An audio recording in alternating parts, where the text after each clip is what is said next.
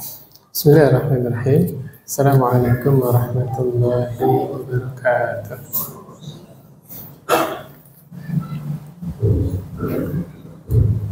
Alhamdulillah, wassalatu wassalamu ala rasulillah wa ala alihi wa ashabihi wa man tabi'ahum bi ihsan ila yaumil qiyamah.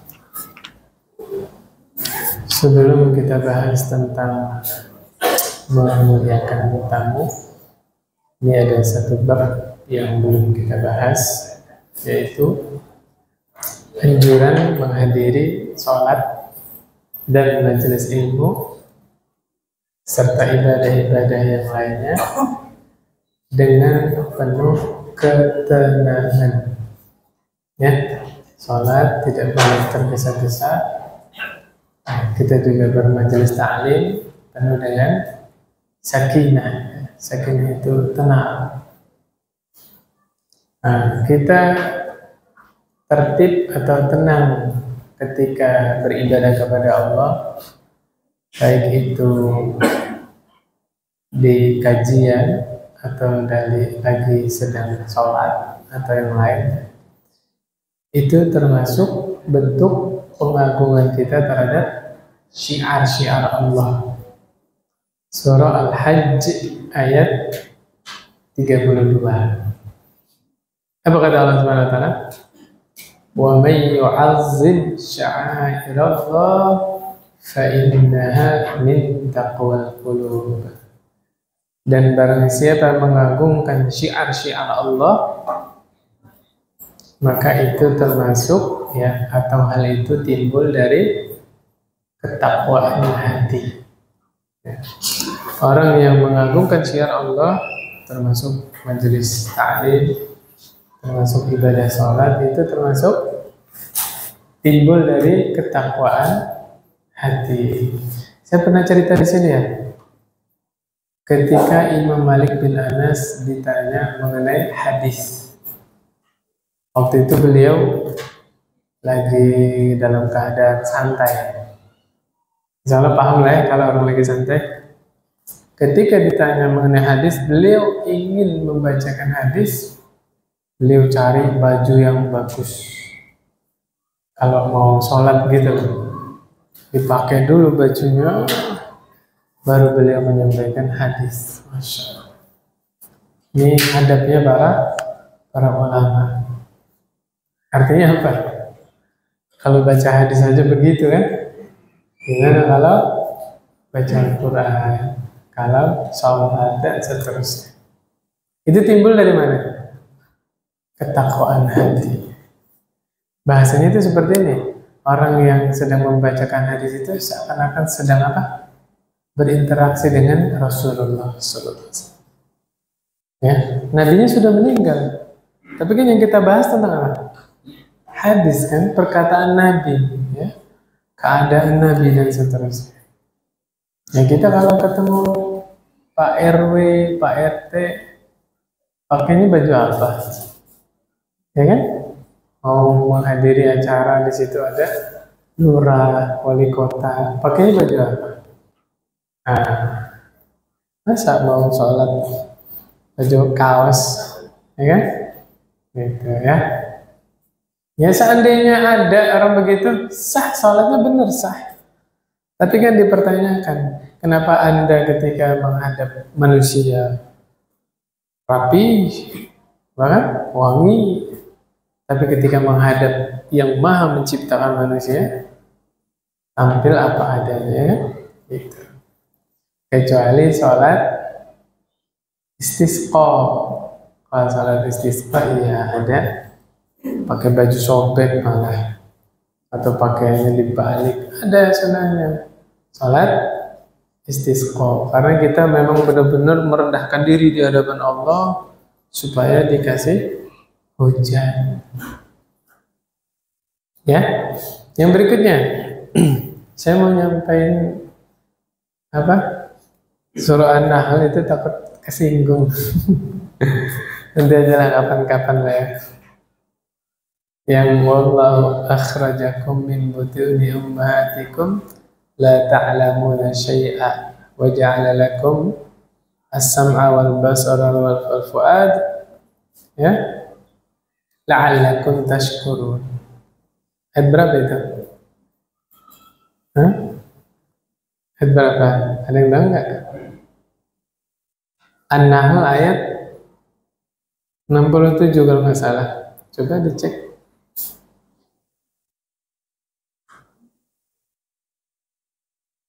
Nah, 78. An-Nahl ayat 78. Ini ayat membantah keyakinan ada wali atau syekh yang belajar Quran dari semenjak di rahim. Pernah dengar itu enggak, Pak? Jadi selama di kandungan ibunya dia menghafal Quran. Lahir sudah hafiz 30 juz. Pernah dengar itu? Nah, itu kalau kembali ke ayat ini ya tergolongnya khurafat atau takhayul. Coba bacain, Pak ya. Apa kata Allah? Wallahu akhrajakum min butuni ummahatikum la ta'lamuna syai'an. Dan Allah mengeluarkan kalian dari perut ibu kalian la ta'lamuna syai'an. Apa artinya? Dalam keadaan tidak tahu apapun. Bahasa gamblangnya apa, Pak? Mohon maaf nih, punten ya. Bodoh, Pak. Manusia itu lahir ke bumi dalam keadaan apa? Bodoh, nggak tahu apa-apa, jahil. Ya? Nggak ada ceritanya itu. Orang nggak pernah mondok, nggak pernah belajar Islam, nggak pernah kajian, tiba-tiba jadi wali, kemudian berfatwa. Ada nggak yang model begitu? Akhirnya pas ngisi kajian, yang isi materi kajiannya apa? Hah? Dongeng semua isinya. Cerita karomah segala-galanya. Gara-gara nggak pernah belajar. Apa kata Allah? Wa ja'ala lakumus sam'a wal absara wal afidah. Allah bekali manusia itu apa? Pendengaran, penglihatan, terus hati. La'allakum tashkurun, supaya kalian bersyukur. Ada pertanyaan? Kenapa Allah sebut pendengaran, penglihatan, hati? Nggak disebut lisan? Karena biasanya belajar itu pakai apa? Pakai mendengar, pakai melihat, pakai hati, berpikirnya dengan hati. Kenapa lisannya nggak ada? Biar tenang pas lagi kajian, biar nggak ada ngobrol. Paham ya, Pak? Ya, ada ayatnya loh. Allah yang bilang. Ada lagi orang ini mah ucapan manusia ya. Kenapa Allah jadikan telinga itu ada dua, mulut itu ada satu? Kenapa? Supaya kita lebih banyak mendengar daripada berbicara. Sekarang semua dikomentarin. Ada konten apapun, bener nggak? La ilaha illallah, semua komentar. Kita greget, tahu greget nggak, Pak? Gemes pengen ikutan komentar, ya kan? Padahal Allah pesan apa? Hendaknya kita lebih banyak mendengar daripada berbicara. Tapi waktu itu ingat gak ucapan salah seorang psikolog? Kenapa perempuan lebih banyak bicara daripada laki-laki? Karena kebutuhan bicaranya sehari semalam berapa? 20.000 kata. Jadi bapak harus siap mendengarkan cerita istrinya. Harus siap. Kalau bapak nggak siap, bahaya. Mending cerita ke bapak atau cerita ke suami orang. Iya kan? Bener nggak? Nah, harus siap. Para suami harus siap mendengarkan cerita istrinya. Itu kebutuhan, Pak. Ya. pulang kerja cerita, dengerin. Ya. Nah, kalau sudah semua diajak ngobrol, istri diajak suami diajak ngobrol, anak diajak ngobrol, satu-satu tuh gantian, semua diajak ngobrol. Istrinya lagi kejar target supaya nyampe berapa? 20.000 kata gitu ya. Jadi harus betah, harus senang mendengarkan istrinya. Iya, ayo kita sama-sama berpikir bareng-bareng nih para suami nih. Dari pagi istrinya ditinggal di rumah. Iya nggak? Di rumah. Sebagian orang istrinya di rumah betul-betul di rumah tuh. Nggak ada teman, nggak punya teman. Nah, istri itu sangat pengen mengungkapkan, meluapkan kejadian-kejadian dari pagi yang dialami itu. Pas suami datang pengen cerita. Coba bayangin, perasaan ingin meluapkan itu mengungkapkan. Kalau suami tidak siap mendengar, istrinya cerita ke siapa? Ayo. Giliran istrinya bikin status, curhat di statusnya, suaminya marah lagi. Ayo, bener gak? Nah, maka para suami harus siap mendengarkan cerita istrinya sampai ketiduran. Ya, subhanallah. Dan itu dihitung ibadah. Itu dihitung ibadah. Nabi pernah cerita, ya. Bercandanya suami istri semalaman sampai subuh, ngobrol suami istri sampai subuh, tidak berdosa. Justru bisa bernilai ibadah. Bahasanya begini, Pak. Kalau ngobrol sama lawan jenis yang bukan mahram itu haram, dosa kan? Chattingan sama lawan jenis yang bukan mahram itu haram, dosa kan? Berarti kalau ngobrol sama yang halal, ibadah bukan? Ibadah. Jelas yang betul Pak ya? Oke, lanjut ke sini. Kemudian Nabi menerangkan, "Idza uqimatis shalah fala ta'tuha wa antum tas'auna." Apabila salat udah qomat, ya, udah qomat nih, kita masih di sana tuh. Ya, kata Nabi apa? Jangan kalian tergesa-gesa, buru-buru sampai lari, apalagi sprint ya, jangan. Waktuha wa antum tamshuna. Nabi yang bilang, datangi qomat tadi dalam keadaan kalian berjalan. Jangan buru-buru, berjalan. Walaupun udah qomat, tetap ngapain Pak? Jalan. Wa'alaikumus sakinah. Wajib atas kalian sakinah. Sakinah apa? Tenang. Jalan juga tenang. Fama adraktum fasallu wa ma fatakum fa'timmu. Yang dapat rukuk dihitung rakaatnya, yang kelewat diapain Pak? Ditambah. Apa bahasa kitanya? Masbuk. Iya. Gak apa-apa. Nabi bilang, ya. Kan kepentingan orang masing-masing. Ada yang pas azan malah ada panggilan alam, tahu Pak? Di sekolah. Dari tadi nggak ada perasaan, pas azan malah di miskol. Ya udah, ke toilet dulu sebentar, ya kan? Beres-beres malah qomat. Benar nggak? Ada nggak kejadian seperti itu? Banyak, ya kan? Apa kata Nabi? Jalan, jangan buru-buru. Qadarullah. Itu di luar kehendak kita, ya kan? Saya cerita sedikit. Dulu di masa Nabi, pernah Nabi menghadiri undangan makan. Oke? Udah qomat, ya udah azan, bukan udah qomat, udah azan, Nabi tetap makan. Oke? Bilal celingak-celingok Bilal. Waduh, Nabi nggak ada. Akhirnya Bilal datengin Abu Bakar. Wahai Abu Bakar, bagaimana kalau Anda yang imam? Ini udah setelah ditunggu lama ya. Ya, kalau kamu menghendaki silakan. Bilal qomat, Abu Bakar datang. Ngimamin. Udah takbiratul ihram, Pak. Allahu Akbar ya. Tiba-tiba Nabi datang dari pintu masjid, nerobos jamaah, Pak. Nerobos. Bayangin. Lanjut sampai saf depan.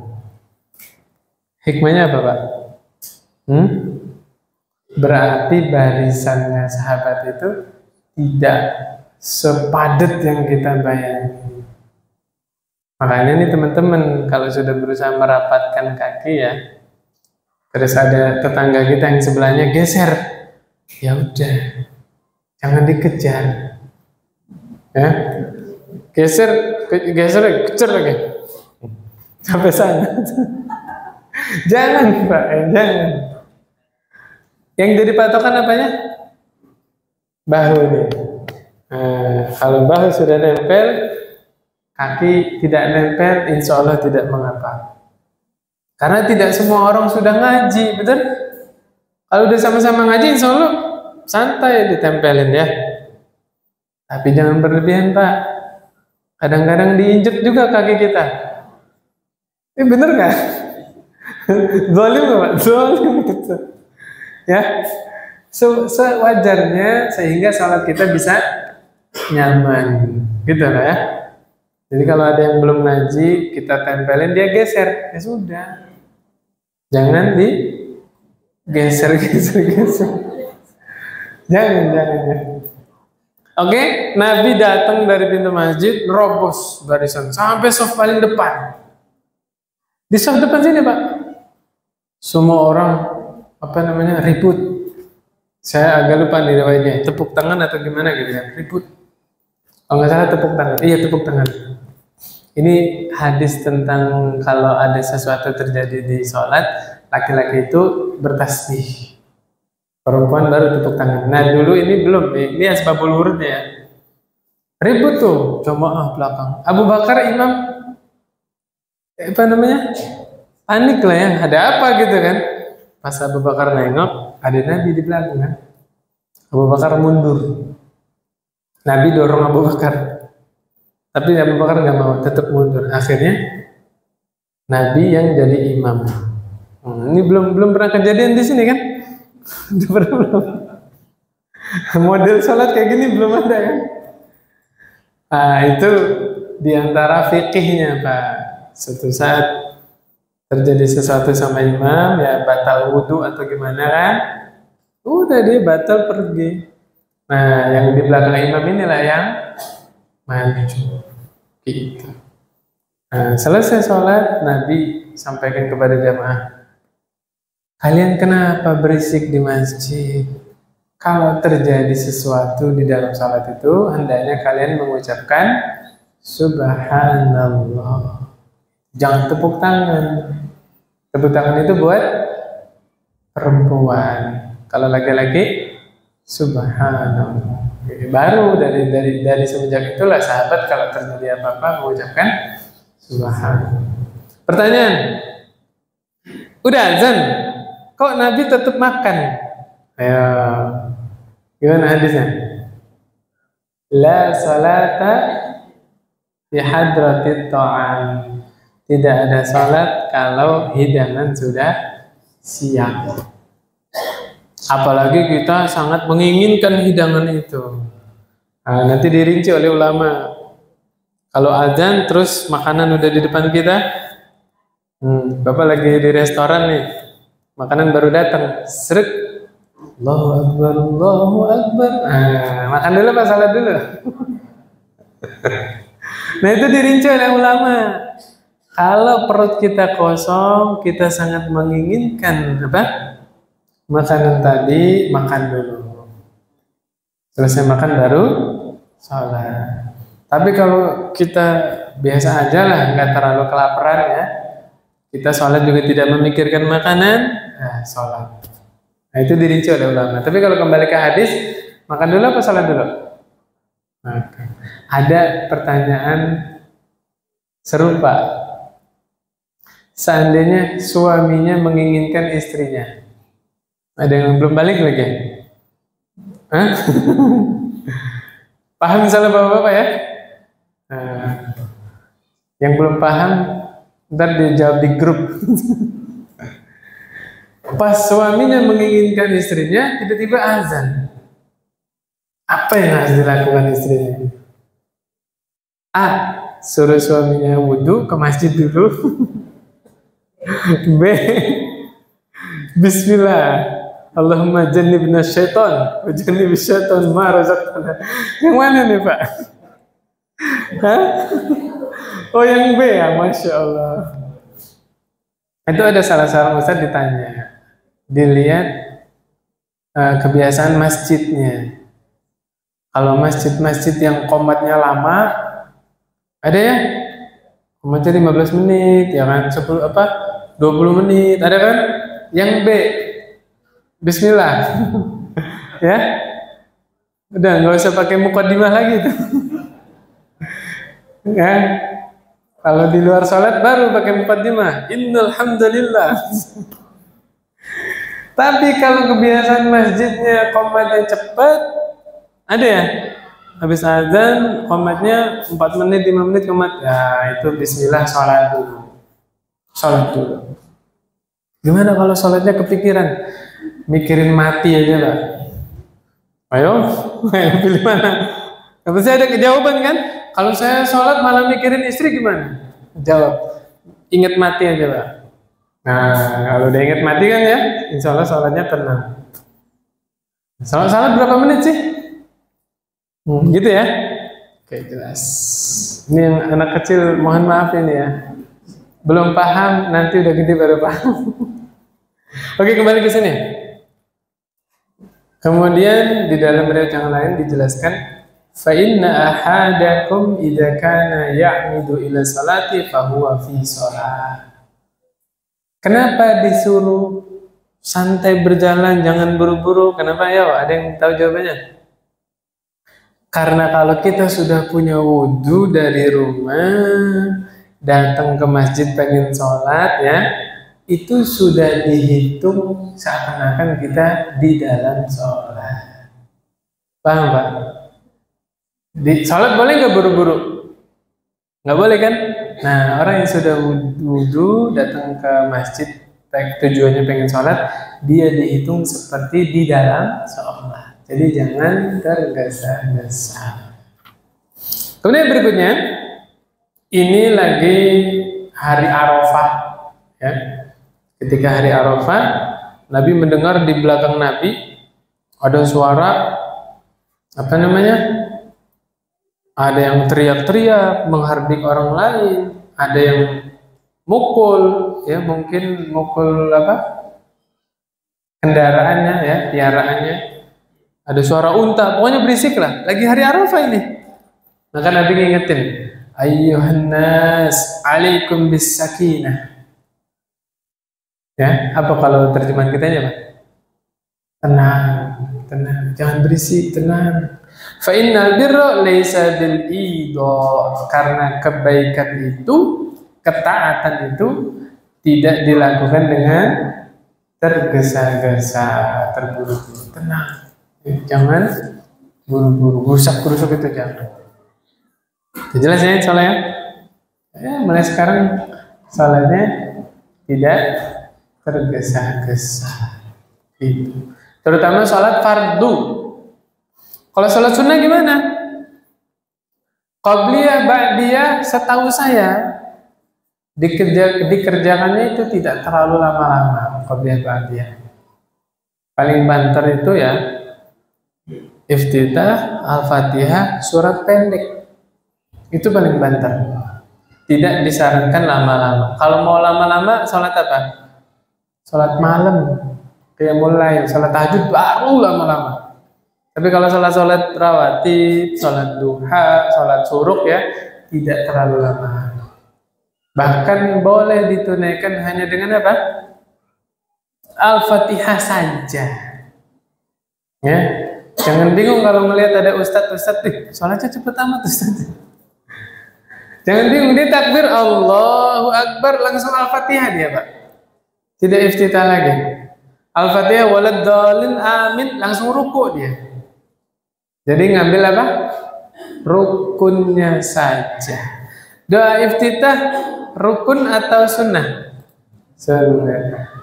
Al-Quran atau surat pendek rukun atau sunnah? Sunnah. Yang rukun itu adalah Al-Fatihah. Mendingan mana Pak? baca surat juga, apa iftitah juga, tapi buru-buru. 2 menit lagi qomat. Allahu Akbar. Allah berkabir, alhamdulillah. Mending ambil rukunnya saja Al-Fatihah, tapi bacanya tenang. Gitu Pak ya, tumani. Lanjut. Bab tentang memuliakan tamu. Masya Allah ini penulisnya ya. Awal-awal dibawakan surah Az-Zariyat ayat 24 sampai 27. Kita ambil hikmah sedikit, potongan kisah Nabi Ibrahim. Kata Allah Subhanahu wa taala, "Hal ataka haditsu dhaifi Ibrahim al-mukramin." Sudahkah sampai kepadamu wahai Muhammad sallallahu alaihi wasallam cerita tentang tamunya Nabi Ibrahim, ya, yaitu malaikat-malaikat yang Allah muliakan. Saat itu malaikatnya menjelma jadi manusia yang tampan luar biasa. Dari mana tahunya tampan? Nanti lihat puzzle-nya ya, puzzle sambungan dari cerita ini. Setelah tamu-tamu ini dari rumahnya Nabi Ibrahim, habis itu kemana? Ke rumahnya Nabi Lut, Pak. Nah, di rumahnya Nabi Lut itulah masyarakatnya itu pengen ngedobrak rumahnya Nabi Lut. Kenapa? Karena begitu tampannya luar biasa, ganteng tamu-tamunya. Kok tahu di rumahnya Nabi Lut ada tamu yang ganteng-ganteng? Siapa yang bocorin? Istrinya. Makanya istrinya Nabi Lut termasuk yang diazab oleh Allah Subhanahu wa taala. Nah, ini pelajaran buat kita bahwa anggota keluarganya Nabi pun ada yang diazab oleh Allah. Nabi Muhammad SAW pamannya ya, Abu Thalib, Abu Lahab. Nabi Ibrahim ayahnya, ya kan? Nabi Lut, Nabi Nuh siapa? Istrinya. Nabi Nuh ditambah lagi anaknya. Allah. Hidayah itu mahal. Allah yang milih, Pak. Siapa yang berhak dapat hidayah? Allah pilih. Sekelas Nabi Nuh, Allah nggak kasih hidayah untuk anaknya. Nabi Lut, ya Allah nggak kasih hidayah untuk istrinya. Nabi Ibrahim, Allah nggak kasih hidayah untuk bapaknya. Nabi Muhammad SAW, Allah nggak kasih hidayah untuk mamanya. Bayangin, Pak. Coba kita merenung sebentar. Islam yang begitu berharga, yang diminta oleh Nabi Nuh buat anaknya, Allah nggak kasih. Yang diminta oleh Nabi Lut untuk istrinya, Allah nggak kasih. Diminta oleh Nabi Ibrahim untuk ayahnya, kan? Didoakan kan ayahnya, Allah nggak kasih. Nabi Muhammad SAW doain Abu Thalib nggak? Doain. Diajak terus syahadat Abu Thalib, Allah nggak kasih. Tiba-tiba Allah kasih Islam itu kepada kita. Padahal kalau kita flashback, nggak pernah kita minta Islam. Betul nggak? Subhanallah. Islam yang begitu berharga, begitu mahal, Allah nggak kasih ke anaknya Nabi Nuh, istrinya Nabi Lut, bapaknya Nabi Ibrahim, pamannya Nabi Muhammad SAW. Justru malah Allah kasih ke kita. Allah. Terus kita masih merasa miskin? Kita masih merasa nggak punya apa-apa? Bapak mau hidayahnya ditukar sama 10 miliar? Mau? Allah kasih 10 miliar, senang-senangnya. Allah kasih 1 triliun, tapi Allah cabut hidayahnya. Kita bukan lagi orang Islam. Mau, Pak? Na'udzubillah. Ya, subhanallah. Di dalam Islam, Pak, setiap aktivitas sekecil apapun bernilai ibadah. Bahkan pernikahan itu bernilai ibadah. Seorang suami menafkahi istrinya, menafkahi anaknya, Allah nilai ibadah. Semua bernilai ibadah. Bahkan kita niat doang, niat baik, belum kesampaian mengerjakannya, Allah nilai ibadah di dalam Islam itu. Ya, misal bapak-bapak, ibu-ibu kepengen umroh, pengen banget berangkat. Qadarullah besok meninggal. Dapat pahala umrah? Dapat, Pak. Allah catat. Innamal a'malu binniyat wa innamal likulli imri'in ma nawa. Kembali lagi kepada tamunya Nabi Ibrahim. Idza qalu alaihi faqalu salama. Ya. Masuk ke rumahnya Nabi Ibrahim, mereka bilang apa? Assalamualaikum. Siapa ini? 3 tamu tadi. Kalau saya nggak lupa ingat di Qasasul Anbiya ya, malaikat tamunya itu ya Jibril, Mikail, satu lagi itu Israfil kalau nggak salah. 3 ya, Jibril, Mikail, Israfil. Ya Nabi Ibrahim ada tamu, salam berarti kan seiman kan? Qala salamun qaumun munkarun, kata Nabi Ibrahim. Ya, keselamatan atas orang-orang yang asing. Emang nggak kenal Nabi Ibrahim. Faraqa ila ahli faja'a bi'ijlin samin. Tamunya suruh masuk, tunggu di ruang tamu. Nabi Ibrahim ngapain? Ke dapur, Pak. Ambil pisau. Ngapain? Nyembelih anak sapi. Masya Allah. Bapak kalau ada tamu nyembelih apa, Pak? Syukur-syukur disembelih ayam ya. Tamunya udah seneng banget.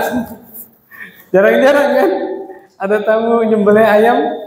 Nabi Ibrahim, Pak, padahal nggak kenal tamunya. Ayo, asing, orang asing ini disediain apa? Sapi panggang. Masya Allah.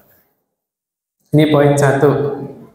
Betapa dari zaman dulu Nabi Ibrahim memuliakan tamu walaupun tamu yang tidak dikenal. Yang kedua, anjuran jadi orang kaya, Pak. Orang mana yang nyuguhin tamunya sapi panggang yang baru disembelih? Ayo. Orang kaya apa orang miskin? Ya kan? Maka Islam datang pada asalnya menganjurkan kita jadi orang kaya. Apa kata Nabi? Anfa'ukum linnas, khairukum anfa'ukum linnas. Orang terbaik di antara kalian adalah orang yang paling bermanfaat, biar bisa bantu orang lain, ya. Kira-kira yang banyak bantunya orang miskin apa orang kaya? Nah, gitu ya. Apa? Orang tuanya dihajikan, saudaranya diumrohin. Butuh uang kan? Iya. Cukuplah ada syariat zakat, ada syariat umroh, haji. Itu motivasi kita buat jadi apa? Jadi orang kaya. Ya. Kalau belum punya harta sama sekali, dari 1 sampai 100 juta kerja keras. Nah, dari 100 juta sampai 1 M apa ya, Pak? Buka usaha. Kita yang nyiptain lapangan pekerjaan. Kalau udah 1 miliar ke atas, investasi. Ya, subhanallah. Doanya gimana biar jadi orang kaya, Pak? Allahumma ja'alna ghaniyan hamidan. Ghaniyan apa, Pak? Kaya. Hamidan, terpuji. Orang kaya banyak orang kaya. Tapi orang kaya yang terpuji masih sedikit. Paham maksud saya, Pak? Orang kaya yang terpuji. Ya, dia kaya, tapi Allah berkahi hartanya, Allah bimbing hatinya. Sehingga hartanya itu dibelanjakan di jalan Allah. Untuk, menolong agama Allah Subhanahu wa Ta'ala. Makanya doanya gimana? Allahumma ja'alna ghaniyan hamidan. Ya Allah, jadikanlah kami orang yang kaya lagi terpuji. Faqarrabahu ilaihim qala ala ta'kulun. Nabi Ibrahim datang bawa sapi panggang, dideketin dong. Biar gampang ngambilnya, biar dimakan kan? Ala ta'kulun. Lah, kok nggak dimakan? Itu Nabi Ibrahim langsung takut. Kenapa takut? Manusia pada umumnya suka makan, ya kan? Apalagi baru datang disediain sapi panggang. Nah, siapa yang nggak suka kan? Harusnya nafsu tuh. Wih, masya Allah, harusnya semangat makan. Ini enggak nyentuh sama sekali. Habis itu Nabi Ibrahim fa'ujasa minhum khifah. Ya. Maka Nabi Ibrahim ditipu rasa yang takut yang sangat. Kenapa? Dalam pikiran Nabi Ibrahim, ini orang kalau nggak doyan makanan berarti bukan manusia. Takut Nabi Ibrahim. Nah, berarti rasa takut ini takut yang wajar, gitu ya? Itu takut yang wajar, tidak syirik. Maka 3 orang ini bilang, la takhaf. Wa basyaruhu bighulamin alim. Kata 3 orang tadi, jangan takut. Kami datang ke sini adalah untuk membawa kabar gembira. Kabar gembira siapa? Ismail bighulamin alim, ya. Ya, jadi ini 3 ini diceritakan di tafsirnya. Siapa tadi? Jibril, Mikail, Israfil. Bawa kabar bahwa Nabi Ibrahim akan punya anak. Ya Allah, seneng nggak tuh? Yang ngabarin dokter aja udah seneng luar biasa kan? Alhamdulillah Pak, istri Bapak positif. Wah, positif apa dok? Positif thinking. Itu aja udah seneng ya. Apalagi ngabarin utusan Allah, malaikat. Nah, kalau Bapak buka surah Hud ayat 78, baru ini lanjutannya. 3 tamu tadi setelah ke rumahnya Nabi Ibrahim, kemana? Ke rumahnya Nabi Lut alaihissalam, ya, alaihi wassalatu wassalam. Apa kata Allah? Waja'ahu qaumuhu yuhra'una ilaihi wa min qablu kanu ya'maluna as-sayyi'at. Ya. Sejak dulu mereka selalu melakukan perbuatan keji, ya. Ketika 3 tamu itu ada di rumahnya Nabi Lut, maka kaumnya Nabi Lut itu datang. Ja'ahu qaumuhu. Kaumnya Nabi Lut mendatangi kaum tadi. Coba saya ulang ya. Ja'ahu qaumuhu. Ja'ahu, hunya sebagai apa, Pak? Fa'il atau maf'ul bih? Maf'ul bih. Ja'ahu qaumuhu. Qaumuhu marfu' kan? Nah, fa'ilnya mana? Qaumuhu itu fa'ilnya, ya. Jadi fi'il maf'ul bih baru fa'ilnya. Enggak ada yang enggak paham, Pak. Lewat aja kalau enggak paham, ya. Kemudian Nabi Lut bilang, "Ya qaumi haula'i banati hunna athaharu lakum." Di kaumnya Nabi Lut ini udah ditahan enggak boleh masuk. Apa namanya? Maksa. Pengen ngedobrak pintunya. Nabi Lut bilang, "Ini loh putri-putri saya ini yang suci. Kenapa kalian malah suka sama laki-laki?" Paham maksudnya, Pak? So, udah apa namanya, ya bikin malu gitu loh. Ini tamu datang bukannya perlakukan dengan baik kan, malah diganggu sama kaumnya ini. Paham nggak maksud saya, Pak? Tanda kutip, Pak, ya, LGBT. Kaumnya ini mau mengganggu tamunya Nabi Lut. Fattaqullaha wa la tukhzuni fi dhaifi. Tuh. Kata Nabi Lut, bertakwalah kalian kepada Allah, jangan bikin malu saya. Ini ada tamu saya. Alaysa minkum rajulur rasyid? Nggak ada tah di antara kalian orang yang pikirannya itu pandai. Nah, ini nanti lihat Qasasul Anbiya, ya. Qasasul Anbiya di situ salah satu malaikat itu dari 3 itu menolong Nabi Lut, buka pintunya. Itu yang ada yang ditampar tamunya sampai lepas matanya, Pak. Hancur. Ditampar sama salah satu malaikat tadi. Ngotot mau masuk, ya kan? Gitu. Barulah Nabi Lut dikabarkan. Pokoknya sebelum subuh kamu tinggalkan kota ini. Bareng siapa? Putri-putrinya. Ya, putrinya Nabi Lut beriman semua. Dari keluarganya Nabi Lut yang tidak beriman hanya istrinya aja. Sebelum subuh Nabi Lut dan beberapa putrinya itu keluar dari kota itu. Apa yang terjadi, Pak? Kotanya itu diangkat oleh malaikat, ya digotong sampai atas, Pak. Dijelaskan di dalam riwayat itu, anjing menggonggong, ayam berkokok, itu sampai terdengar oleh penjaga-penjaga pintu langit. Kayak apa diangkat ke atas. Nah, terus dibalik kotanya, Pak. Dibalik, sebelum tiba di bumi, itu Allah hujani batu-batu yang panas.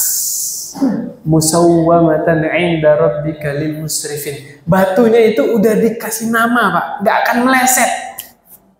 Subhanallah. Itu takdir di Lahul Mahfuz. Ya, batu yang Allah kirim untuk menghujani kaumnya Nabi Lut itu sudah diberi nama oleh Allah, nggak akan meleset. Ini batunya ini pasti kena siapa? Pasti. Di sebelum kotanya itu nyampe ke bumi, sudah Allah hujani batu-batu yang panas tadi. Dosa apa itu, Pak? LGBT, ya. Dosa homoseksual sama lesbian, dan sejenisnya. Ya, subhanallah. Alhamdulillah, Pak. Maka di zaman yang penuh fitnah ini, kita menjadi manusia yang normal, itu sudah nikmat yang luar biasa dari Allah. Ya enggak? Kita hidup biasa aja lah hidupnya. Waktunya azan ke masjid, sholat berjamaah, ya enggak? Cari nafkah, sayang sama istri, sama anak, itu udah nikmat yang sangat luar biasa. Gak usah yang macam-macam. Ya kan? Alhamdulillah, ya. Akal kita ini sudah dibimbing oleh Allah berpikir lurus, normal, itu udah syukur. Alhamdulillah. Ya. Alhamdulillah. Kalau ceritakan lagi lebih jelas lagi, surah Asy-Syu'ara 165 166. Kata Allah Subhanahu wa taala, "Atatuna dzukrana minal alamin?" Kalian mendatangi laki-laki minal alamin. Kenapa disebut di sini minal alamin di sini? Karena pertama kali, ya, yang mencetuskan sunnah homoseksual, sunnah lesbian, sunnah di sini secara bahasa, ya, artinya apa? Cara, metode, ya. Itu awal kali terjadi homoseksual di zaman siapa? Nabi Lut alaihissalam. Wa tadharuna ma khalaqa lakum rabbukum min azwajikum. Kalian datengin laki-laki, kalian tinggalkan istri-istri kalian. La haula wala quwwata illa billah.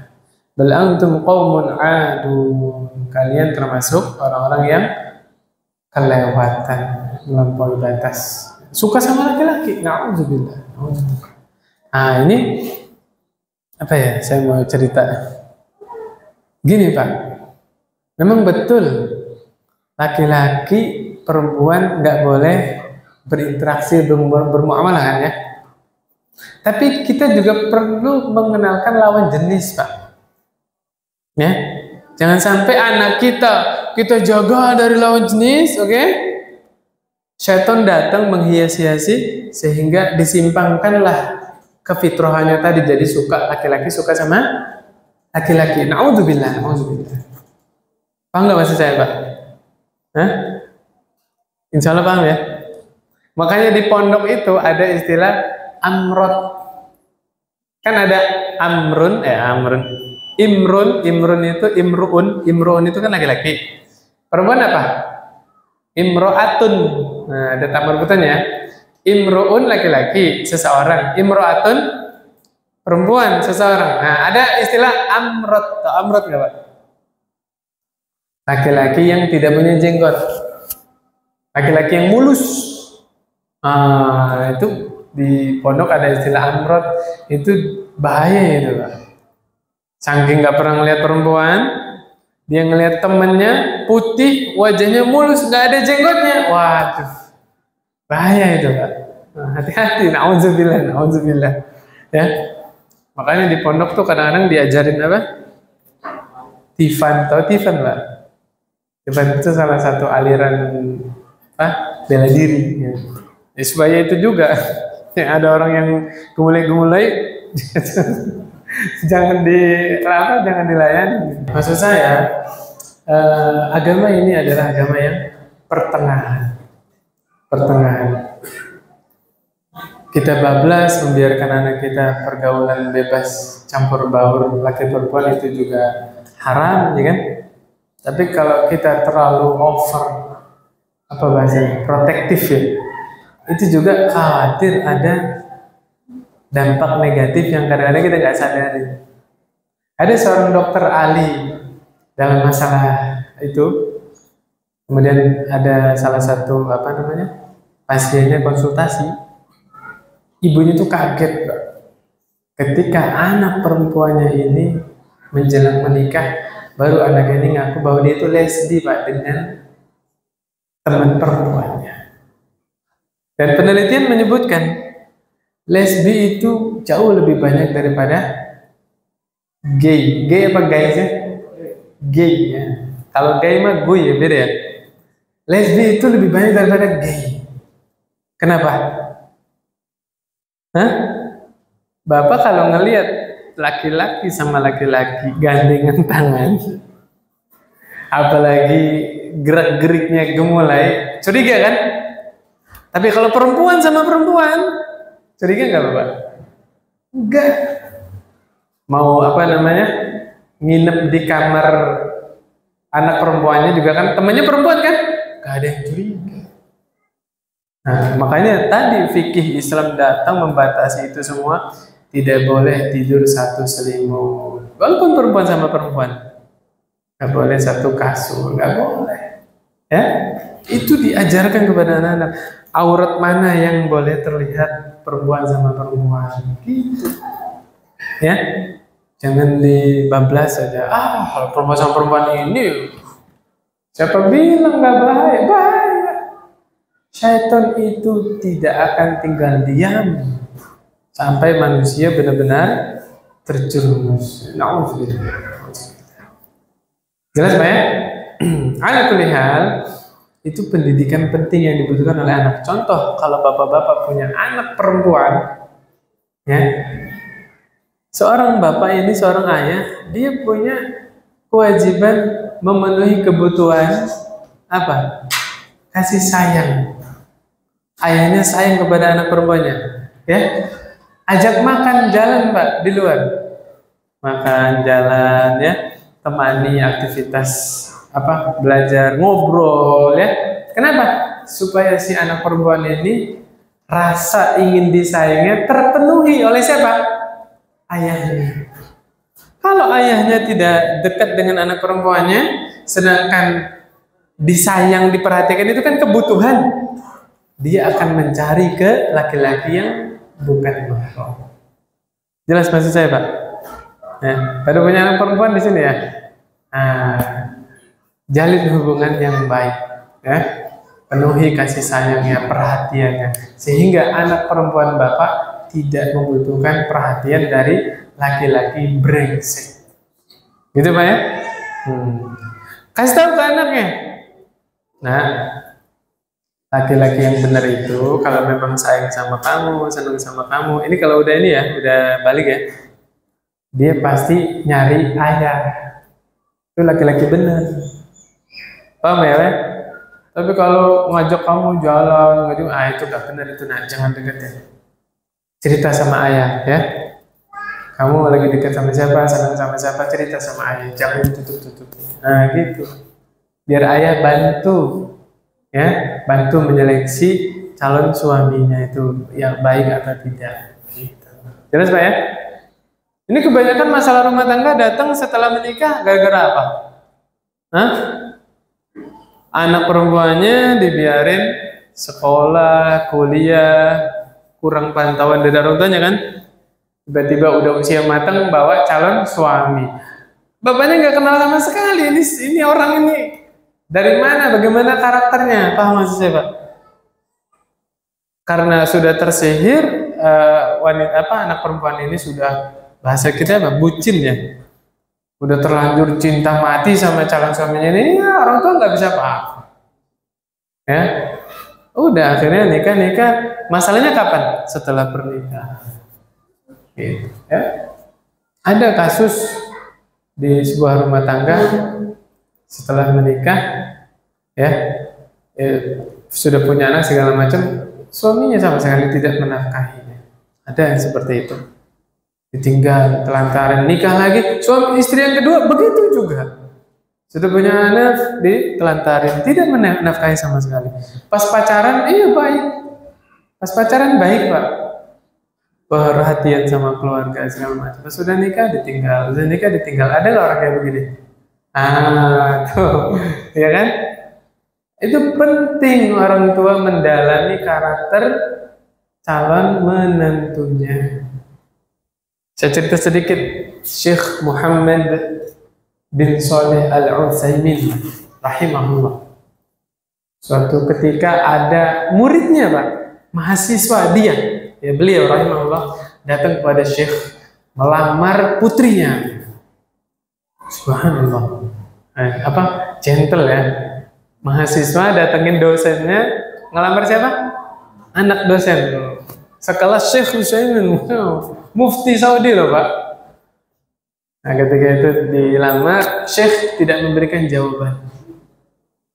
Selama sebulan pak, digantung nih. Permintaan mahasiswa ini digantung. Udah lewat sebulan baru ditelepon. Assalamualaikum, waalaikumsalam ya. Antum siapa Syekh? Ana Muhammad. Muhammad siapa? Muhammad bin Shalih Al-Utsaimin. Kaget maksudnya. Iya Syekh, ada apa? Lamaran antum diterima. Masya Allah. Sudah diterima, singkat cerita ditanya, Syekh, kalau boleh tahu, kenapa kok jawabnya lama sekali? Ya, bulan depan baru dijawab. Apa jawab beliau? Ketika antum ngelamar putri ana langsung menyelidiki antum. Selidiki langsung. Ya, dia halaqah majelis ta'limnya sama syekh siapa, buku-buku yang dibaca, kitabnya tulisan siapa, nongkrongnya di mana, teman-temannya siapa aja, hobinya apa, keluarganya bagaimana. Masya Allah, itu benar-benar the real father, sayang sama anak perempuannya. Ya sekarang anak perempuan kita dari lahir, ya bukan dari lahir, dari bayi ya, disayang kan. Sudah lahir ke bumi, disayang-sayang, dipelihara, terus kita mau melepaskan ke sembarangan orang? Kan nggak mungkin ya kan? Maka wajar seorang ayah khawatir anak perempuannya ini dilamar oleh laki-laki asing. Maka sudah menjadi kewajiban para ayah menyelidiki siapa yang akan menjadi calon menantunya. Siap nggak nih Pak? Berat ya? Bismillah Pak. Kita punya Allah Subhanahu Wa Taala. Doanya dari sekarang. Doa apa Pak? Doa minta menantu yang benar, menantu yang normal, nggak aneh-aneh gitu ya. Zaman sekarang ini dah, pokoknya orangnya benar, ibadahnya bagus, nggak aneh-aneh, normal, udah itu paling nikmat, udah selesai. Belum, ini udah mau habis. Hadisnya belum kebaca ini Pak. Hadis tentang memuliakan tamu. Insya Allah pekan depan insya Allah ya. Kita lanjutkan lagi. Cukup Pak ya. Subhanakallahumma wa bihamdika asyhadu an la ilaha illa anta astaghfiruka wa atubu ilaik. Assalamualaikum warahmatullahi wabarakatuh.